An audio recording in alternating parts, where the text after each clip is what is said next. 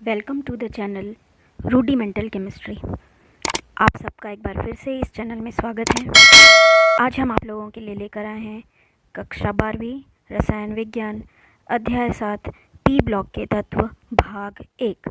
यह इस अध्याय का पहला भाग है।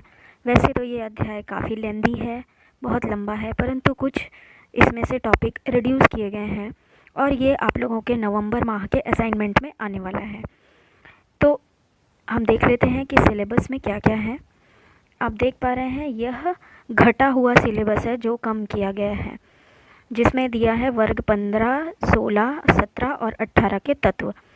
वर्ग 15 के तत्व के अंदर जो डिस्क्रिप्शन दिया है उसमें भी कुछ कमी की गई है, जो इसका ओरिजिनल सिलेबस है उससे काफ़ी कम है ये। तो आज की क्लास में हम इसका सामान्य परिचय, इलेक्ट्रॉनिक विन्यास, उपलब्धता, ऑक्सीकरण अवस्था और भौतिक और रासायनिक गुण देखेंगे। मतलब हम इसका भौतिक और रासायनिक गुणों में प्रवृत्तियां तक इतना पार्ट हम कंप्लीट करेंगे। आप देख ही रहे हैं कि ये 7 कालखंड यानी कि 7 पीरियड्स में कंप्लीट होने वाला चैप्टर है, बट वीडियो के थ्रू ये थोड़े कम पार्ट्स में ही कंप्लीट हो जाएगा। तो चलिए ज़्यादा समय न लेते हुए हम शुरू करते हैं। परिचय। वे तत्व जिनके इलेक्ट्रॉनिक विन्यास में आखिरी इलेक्ट्रॉन पी कक्षक में प्रवेश करता है उन्हें हम पी ब्लॉक तत्व कहते हैं, और आवर्त सारणी में ये वर्ग 13 से लेकर 18 तक जो होते हैं उसे ही हम पी ब्लॉक तत्व कहते हैं। यहाँ पर आप देख सकते हैं वर्ग 13, 14, 15, 16, 17 और 18 ये पूरे के पूरे पी ब्लॉक तत्व कहलाते हैं। और ये एक ऐसा ब्लॉक है जिसमें धातु, अधातु और उपधातु सभी पाए जाते हैं। हीलियम यहाँ पर अपवाद है, यह पी ब्लॉक में रहते हुए भी पी ब्लॉक का तत्व नहीं है, क्योंकि इसमें इलेक्ट्रॉन एस ब्लॉक में ही रहते हैं, पी ब्लॉक में प्रवेश नहीं करते। वर्ग 13, 14 कक्षा 11वीं में आप लोग पढ़ते हैं। कक्षा 12वीं के पाठ्यक्रम में वर्ग 15, 16 और 17 और 18 दिया गया है। तो पी ब्लॉक के तत्व आवर्त सारणी में अंतिम 6 खड़े खानों में व्यवस्थित रहते हैं। जैसा कि अभी आपने पिछले स्लाइड में चित्र देखा, 13 से लेकर 18 ग्रुप के तत्वों से मिलकर यह पी ब्लॉक बना होता है। पी ब्लॉक में रखे गए जो तत्व होते हैं उनके संयोजकता कोश का इलेक्ट्रॉनिक विन्यास NS2 NP126 यानी कि पी में 1 से लेकर 6 इलेक्ट्रॉन हो सकते हैं। जैसे वर्ग 14 में 1 ही इलेक्ट्रॉन होता है, वर्ग 13 में 1 इलेक्ट्रॉन होता है, वर्ग 14 में 2, 15 में 3। इस प्रकार से 1 से लेकर 6 तक के इलेक्ट्रॉन हो सकते हैं। यह इलेक्ट्रॉनिक विन्यास हीलियम को छोड़कर है, अर्थात हीलियम में ये इलेक्ट्रॉनिक विन्यास नहीं होता। हीलियम अपवाद है, अभी मैंने आप लोगों को बताया भी था। पी ब्लॉक के तत्वों में धातु, अधातु, उपधातु, नोबल गैस, हैलोजन सभी जो हैं उन्हें रखा गया है सभी को। समूह 15 के तत्वों का सामान्य परिचय देख लेते हैं। समूह 15 के तत्वों को निकोजेंस कहा जाता है। इसके स्पेलिंग में पी जो है वो साइलेंट है, और इनके यौगिक को हम निकोमाइड्स भी कहते हैं, जिसका अर्थ होता है घुटन यानी कि सफोकेशन। तो नाइट्रोजन गैस जो होती है वो घुटन युक्त सफोकेटिंग गैस होती है, तो वहीं से ये शब्द निकोजेंस और निकोमाइड्स जो है वो निकला है। इस ग्रुप में केवल 5 तत्वों को शामिल किया जाता है: नाइट्रोजन, फास्फोरस, आर्सेनिक, एंटीमनी और बिस्मथ। इसमें नाइट्रोजन और फास्फोरस जो हैं वो अधातु हैं, आर्सेनिक एक तरह से उपधातु, और एंटीमनी और बिस्मथ जो है वो धातु होती है। आर्सेनिक और एंटीमनी, यहाँ तक कि एंटीमनी को भी उपधातु की श्रेणी में रखा जाता है। धीरे धीरे इनके गुणों में क्रमिक परिवर्तन होता है। जैसे ही हम नाइट्रोजन से लेकर एंटीमनी तक जाते हैं तो इनमें धात्विक गुणों में वृद्धि होती है। तो पहले 2 तत्व अधातु, अगले 2 तत्व उपधातु, और लास्ट वाला जो तत्व है वो धातु होता है। 15वें वर्ग के तत्वों का इलेक्ट्रॉनिक विन्यास NS2 NP3 होता है, अर्थात आप देखेंगे तो इसके संयोजकता कोश में 5 इलेक्ट्रॉन होते हैं, और बाह्यतम कोश में S कक्षक तो पूर्ण रूप से भरा होता है, परंतु P में 3 ही इलेक्ट्रॉन होते हैं, जो कि P की अर्धपूरित अवस्था को दर्शाता है, अर्थात P कक्षक यहाँ पर अर्धपूरित होते हैं। यहाँ पर आप देखिए नाइट्रोजन, फास्फोरस, आर्सेनिक, एंटीमनी और बिस्मथ का इलेक्ट्रॉनिक विन्यास दिया गया है। सब में आप देख पा रहे हैं NS2 NP3 इलेक्ट्रॉनिक विन्यास है। यहाँ पर P कक्षक अर्धपूरित है और S कक्षक पूर्ण रूप से भरा हुआ है। इनके भौतिक गुण देख लेते हैं। जब हम वर्ग में ऊपर से नीचे आते हैं तो तत्वों की सहसंयोजक त्रिज्या और आयनिक त्रिज्या का मान बढ़ता जाता है। ये हम पहले की भी अध्यायों में पढ़ चुके हैं कि जब हम ऊपर से नीचे आते हैं तो त्रिज्या का मान जो है वो बढ़ता जाता है, क्योंकि कक्षकों की संख्या में वृद्धि होती है।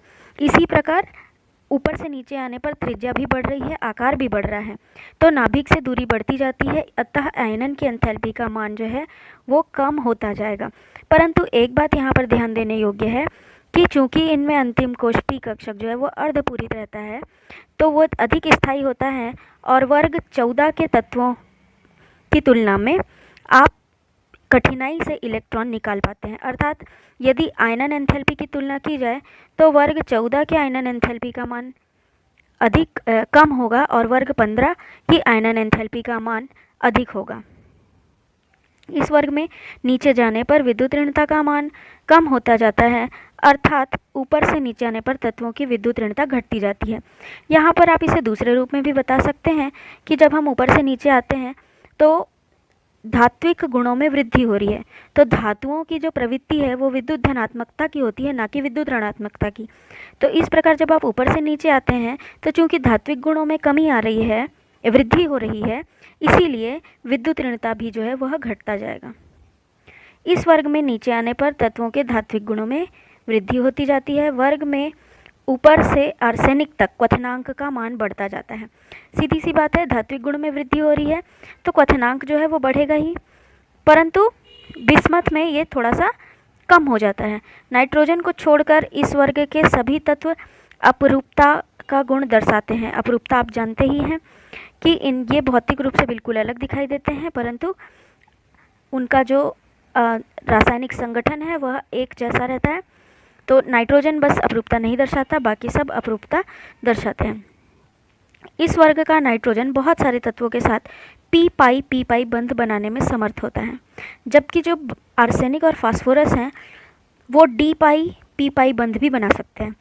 जैसा कि आप जानते हैं नाइट्रोजन के पास डी कक्षक अनुपस्थित होते हैं, तो यह केवल पी पाई बंध ही बना पाएगा। नाइट्रोजन का पी पाई बंध बनाने का एक और कारण यह भी है कि इसका आकार बहुत छोटा है और विद्युत ऋणता अन्य तत्वों की तुलना में अधिक है, जबकि इसी वर्ग के जो भारी तत्व हैं वो पी पाई बंध नहीं बना पाते, क्योंकि उनके परमाणु कक्षक बहुत बड़े और विस्तृत होते हैं कि वो प्रभावी अतिव्यापन नहीं कर सकते। तो इस प्रकार नाइट्रोजन के और भी ऐसे बहुत सारे गुण हैं जिसकी वजह से ये असामान्य गुण दर्शाता है। नाइट्रोजन का असामान्य गुण क्या है और यह असामान्य गुण क्यों दर्शाता है, इसका अध्ययन हम इसी वीडियो के अंत में करेंगे। अभी हम ग्रुप 15 अर्थात समूह 15 के रासायनिक गुण को देख लेते हैं। तो सबसे पहला रासायनिक गुण हम देखते हैं ऑक्सीकरण अवस्था। तो इस समूह के जो तत्व होते हैं वो -5, -4, -3, -2, -1, 0, -1, -2, -3 सभी प्रकार के ऑक्सीकरण अवस्था दर्शाते हैं। परंतु यदि देखा जाए तो सबसे प्रायः अधिक सामान्य ऑक्सीकरण अवस्था जो इनकी होती है वो -5, -3 और ऋण-3 होती है। नाइट्रोजन के पास रिक्त डी कक्षक नहीं होते, अतः यह NCl5, NF5 ये सारे ऐसे यौगिक नहीं, ऐसे पेंटाहेलाइड नहीं बना पाता, जबकि P में खाली 3D P अर्थात फास्फोरस में 3D कक्षक होने के कारण यह PF5 PCl5 यानी कि पेंटाहेलाइड बनाता है। यहाँ पर एक महत्वपूर्ण प्रश्न पूछा जाता है, PCl5 बनता है परंतु NCl5 नहीं, क्यों? या फिर नाइट्रोजन पेंटाहेलाइड क्यों नहीं बनाता? तब आपको बताना है कि इसमें रिक्त डी कक्षक नहीं होते, अतः यह 5 ऑक्सीकरण संख्या नहीं दर्शा सकता और इसीलिए यह पेंटाहेलाइड नहीं बनाता। नाइट्रोजन की अधिकतम संयोजकता 4 होती है, जबकि अन्य तत्वों की जो है वो 5 होती है। तो इसका कारण डी कक्षक नहीं पाया जाना ही है। बिस्मथ की ऑक्सीकरण अवस्था सबसे अधिक स्थायी होती है, क्योंकि इसमें अक्रिय युग्म प्रभाव पाया जाता है। अब ये अक्रिय युग्म प्रभाव क्या होता है, इसके बारे में हम किसी वीडियो में आपको ज़रूर बताएंगे। हाइड्रोजन के प्रति क्रियाशीलता देख लेते हैं। वर्ग 15 के सभी तत्व EH3 प्रकार के हाइड्राइड बनाते हैं, अर्थात 3 हाइड्रोजन एक परमाणु के साथ कंबाइन होता है। यहाँ पर E बराबर नाइट्रोजन, फास्फोरस, आर्सेनिक, एंटीमनी या बिस्मथ हो सकता है। हाइड्राइड का स्थायित्व यदि हम देखें तो वो अमोनिया से लेकर बिस्मुथीन तक यानी कि BiH3 तक घटता है, अर्थात अमोनिया सबसे ज़्यादा स्थायी है और बिस्मुथीन काफ़ी अस्थायी है। तो अब ये अस्थायी, इसका अर्थ ये है कि ये बंध आसानी से टूट जाएंगे। तो यदि हम इनके अपचायक गुण देखें तो अमोनिया एक मृदु अपचायक है, जबकि बिस्मुथीन एक प्रबलतम अपचायक है, अर्थात ये आसानी से हाइड्रोजन देगा। तो ये जितनी आसानी से हाइड्रोजन देगा उतना ही अच्छा प्रबल अपचायक रहेगा। क्षारकता का क्रम यदि हम देखें तो अमोनिया सबसे अधिक क्षारीय है और बिस्मुथीन सबसे कम क्षारीय है। क्षारीयता इस बात पर निर्भर करती है कि कोई यौगिक कितनी आसानी से lone pair of electron donate कर सकता है, दे सकता है। तो यहाँ पर अमोनिया सबसे आसानी से इलेक्ट्रॉन युग्म डोनेट करता है, इसीलिए यह सर्वाधिक क्षारीय है। यहाँ पर आप सारे हाइड्राइडों का तुलनात्मक अध्ययन कर सकते हैं। जैसा कि आप देख सकते हैं कि अमोनिया का गलनांक 195.2 है, जबकि एंटीमनी का जो हाइड्राइड है उसका गलनांक 185 है। तो पहले यह घट रहा है, उसके बाद ये बढ़ रहा है। इसी प्रकार क्वथनांक में भी आप देखिए कि अमोनिया के बाद फॉस्फीन में यह घटता है, उसके बाद फिर यह क्रम पुनः बढ़ रहा है। बंध दूरी में भी आप देखिए कि बंध दूरी लगातार बढ़ती जा रही है। अमोनिया में यह 101.7 पिकोमीटर है, जबकि बढ़ते हुए एंटीमनी के हाइड्राइड में यह 170.7 पिकोमीटर हो जाती है। तो इस प्रकार हम इसका तुलनात्मक अध्ययन भी कर सकते हैं, परंतु क्षारीयता का क्रम और अपचायक गुणों का क्रम ज़्यादा महत्वपूर्ण है। ऑक्सीजन के प्रति क्रियाशीलता समूह 15 के सभी तत्व E2O3 और E2O5 अर्थात ट्राई ऑक्साइड और पेंटा ऑक्साइड बनाते हैं। पेंटा ऑक्साइड जो है वो ट्राई ऑक्साइड की तुलना में अधिक अम्लीय होता है। वर्ग में नीचे की ओर जाने पर अम्लीयता का गुण घटता जाता है और नाइट्रोजन और फास्फोरस के ट्राई हैलाइड जो हैं वो पूर्ण रूप से अम्लीय होते हैं। आर्सेनिक और एंटीमनी के उभयधर्मी हैं और बिस्मथ के प्रबल क्षारीय हैं। जैसा कि शुरू में ही जब गुण बताया गया था कि नाइट्रोजन और फास्फोरस अधातु हैं, तो अधातु के ऑक्साइड अम्लीय होते हैं। जैसे जैसे धात्विक गुण बढ़ता जाता है तो अम्लीय से पहले यह उभयधर्मी और अंत में प्रबल क्षारीय हो जाता है। हैलोजन के प्रति क्रियाशीलता देखते हैं। यह EX3 और EX5 अर्थात ट्राई हैलाइड और पेंटाहेलाइड 2 प्रकार के हैलाइड बनाते हैं, पर नाइट्रोजन पेंटाहेलाइड नहीं बना पाता क्योंकि इसमें D कक्षक अनुपस्थित होता है और पेंटाहेलाइड की तुलना में पेंटाहेलाइड ट्राईहेलाइड की अपेक्षा अधिक सहसंयोजी प्रकृति के होते हैं।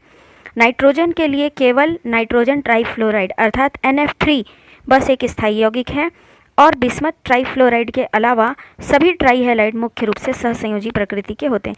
ये कुछ इन्फॉर्मेशन है जो आप लोगों की NCERT बुक में दी गई है। धातुओं के प्रति क्रियाशीलता समूह 15 के सभी तत्व धातुओं से क्रिया करके द्विअंगी यौगिक बनाते हैं, जिनमें यह -3 ऑक्सीकरण संख्या दर्शाते हैं। प्रायः यह देखा गया कि ये केवल S ब्लॉक के तत्वों के साथ ज़्यादा अच्छे से क्रिया करते हैं, क्योंकि S ब्लॉक के तत्व प्रबल विद्युत धनात्मक प्रकृति के होते हैं, वे धनायन बनाते हैं और ये उनके सामने ऋणायन बनाते हैं अर्थात इलेक्ट्रॉन त्याग देते हैं। आप सारे उदाहरणों में देख सकते हैं calcium nitride, calcium phosphide, sodium arsenide और जिंक एंटीमोनाइट, ये सारी चीज़ें यहाँ पर ये सभी के साथ ऋण 3 ऑक्सीकरण संख्या दर्शाते हैं। अब आज के वीडियो का अंतिम टॉपिक देख लेते हैं, नाइट्रोजन का असामान्य व्यवहार। नाइट्रोजन समूह 15 का पहला सदस्य है और यह असामान्य व्यवहार दर्शाता है। ये असामान्य व्यवहार क्या क्या हैं ये देख लेते हैं। नाइट्रोजन एक अकेला तत्व है जो गैस है, बाकी सभी अन्य सदस्य ठोस हैं। नाइट्रोजन द्विपरमाणविक अणु है, लेकिन अन्य तत्व जो हैं वो चतुष्परमाणविक रूप में पाए जाते हैं। अमोनिया में जब नाइट्रोजन या हाइड्रोजन के साथ यौगिक बनाता है तो केवल नाइट्रोजन का ही यौगिक अमोनिया अकेला ऐसा यौगिक है जिसमें हाइड्रोजन बंध पाया जाता है, बाकी सब में यह हाइड्रोजन बंध अनुपस्थित होता है। NF3 के अलावा अन्य नाइट्रोजन के हैलाइड अस्थायी हैं, परंतु बाकी शेष सदस्यों के हैलाइड पूर्ण रूप से स्थायी होते हैं। नाइट्रोजन अर्थात नाइट्राइट आयन बना सकता है, नाइट्रोजन जो है वो नाइट्राइट आयन बना सकता है। फास्फोरस कुछ यौगिकों में फॉस्फाइट आयन बनाता है, परंतु अन्य तत्वों में यह प्रवृत्ति पूर्ण रूप से अनुपस्थित होती है। नाइट्रोजन की वियोजन ऊर्जा बहुत उच्च होती है, जबकि अन्य तत्वों के अणुओं की वियोजन ऊर्जा इतनी उच्च नहीं होती। नाइट्रोजन विशुद्ध अधातु है, जबकि अन्य तत्व या तो अर्धधातु हैं अर्थात उपधातु हैं या धातु हैं। अब प्रश्न ये उठता है कि नाइट्रोजन इस प्रकार के असामान्य व्यवहार क्यों दर्शाता है। तो इसके मुख्य रूप से 4 कारण हैं। पहला, नाइट्रोजन का छोटा आकार, दूसरा नाइट्रोजन की उच्च विद्युत ऋणता, और तीसरा उच्च आयनन एंथैल्पी, और चौथा है डी कक्षकों की अनुपस्थिति। एक छोटा सा टॉपिक जो शेष रह गया था, समूह 15 के तत्वों की उपलब्धता।